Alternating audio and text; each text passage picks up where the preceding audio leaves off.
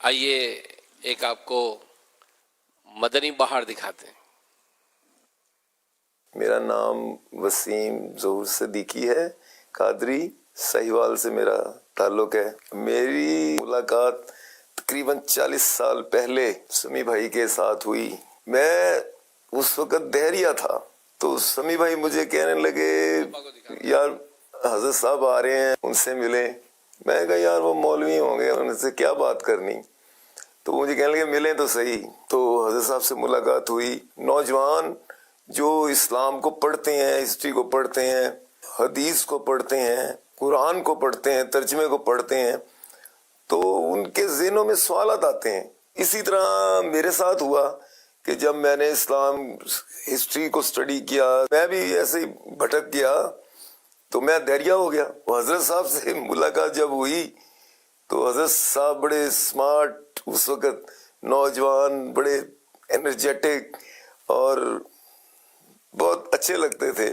حضرت صاحب سے 9 بجے ملاقات ہوئی تو اسلامک بات ان سے تعارف ہوا، پھر انہوں نے آرگومنٹ کرنے شروع ہوئے۔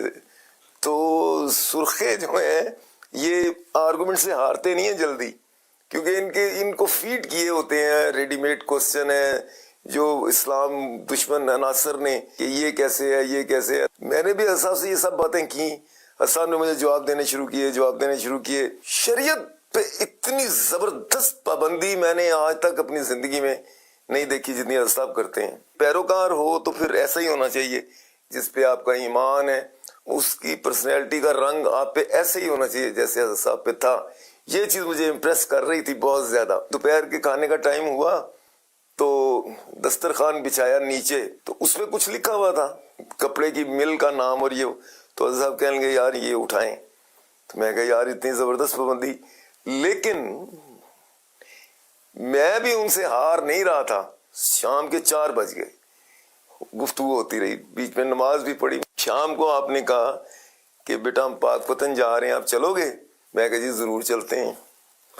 تو ہم گھر سے نکلے تو میں نے انہیں کہا جی بیگ اپنا مجھے دے دیں، تو آپ کہنے لگے کہ نہیں، حضور اپنا خود وزن اٹھاتے تھے تو میں بھی خود ہی اٹھاؤں گا۔ میں نے کہا یار یہ کس طرح کا انسان ہے کہ یہ اپنا وزن بھی نہیں اٹھانے دے رہے۔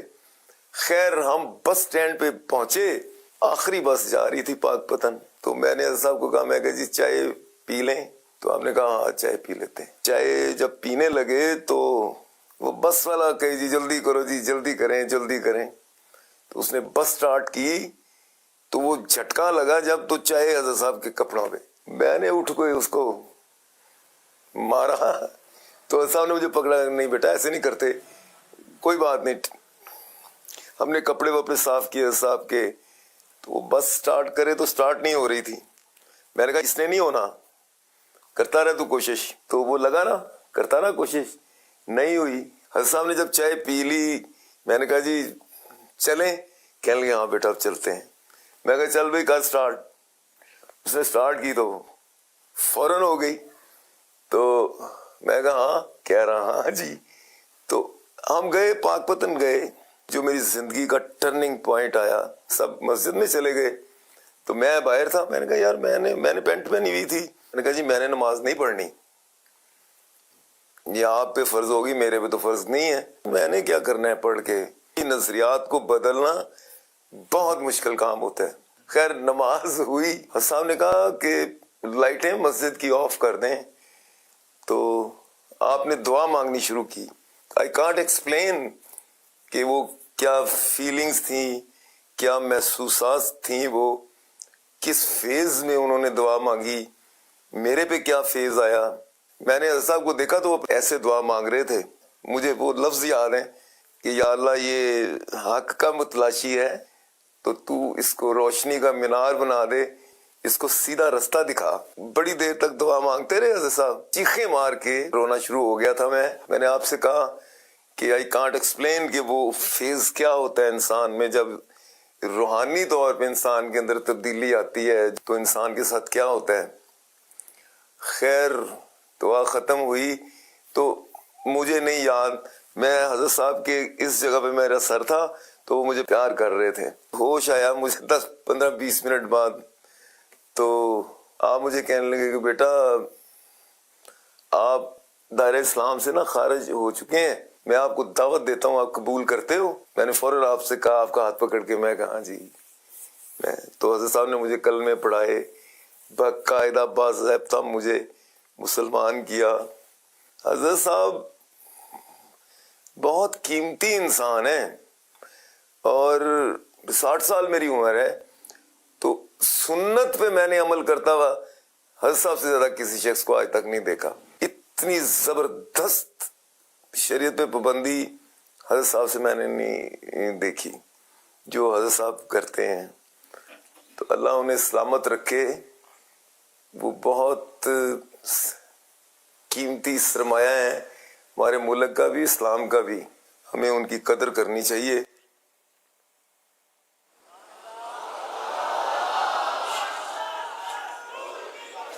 حضور یہ بہت پرانا ایک واقعہ ہوا تھا, آپ کیا فرماتے؟ کچھ میں فرماؤں, یہ یادیں, میں پرانی یادیں. عبدالسمیع کے گھر پہ ٹھہرا تھا, ہمارا قافلہ گیا تھا وہاں. تو ان کے والد صاحب جیلر تھے عبدالسمیع کے, اب تو حیات نہیں ہیں, اللہ مغفرت کرے ان کی. تو چھوٹے آدمی تھے بیچارے وہ عبدالسمیع بھائی, پارٹی نہیں تھے, چھوٹا تھا گھر تھا نیچے کی. اب بڑا ہوگا تو بہرحال میرا کمرہ جو تھا تو اس میں یہ ان کو لے آئے تھے. وہ اس وقت تو یہ ان کا اپنا شان تھی, جوان تھا بالکل یہ بھی. اور وہی بات ہوئی تو میں دوران گفتگو ان کو کہا, ان کو یاد نہیں رہا ہوگا شاید, تم کو یار قبر کے حساب سے ڈر نہیں لگتا, کیا بول رہے ہو؟ میں مانتا ہی نہیں تو مجھے کیوں ڈر لگے گا. ایسے بے باک تھے یہ, لیکن الحمدللہ اب یہ بہت کچھ انہوں نے بتایا, لیکن کچھ یہ بھی مجھے بھی لگتا ہے بھولے ہیں. اب کچھ اب جملے آگے پیچھے ہیں اس کے, لیکن یہ کہ بہرحال یہ کہ یہ وہاں پاک پتن شریف کی مسجد میں جو اجتماع ہوا, بیان ہوا, دعا میں نے ان کے لیے کی تھی, اور الحمدللہ یہ وہاں مسلمان ہو گئے, اسی مسجد کے اندر ہو گئے مسلمان. الحمدللہ اللہ نے ہدایت دی, اپنا کوئی کمال یقیناً نہیں ہے, جو بھی ہوا جو بھی کیا رب نے کیا, رب ہی کرتا ہے. کوئی بولے میرا کمال ہے تو پھر اس کے لیے زوال ہے. اللہ ہدایت دینے والا ہے. صلو علی الحبیب صلی اللہ علی محمد.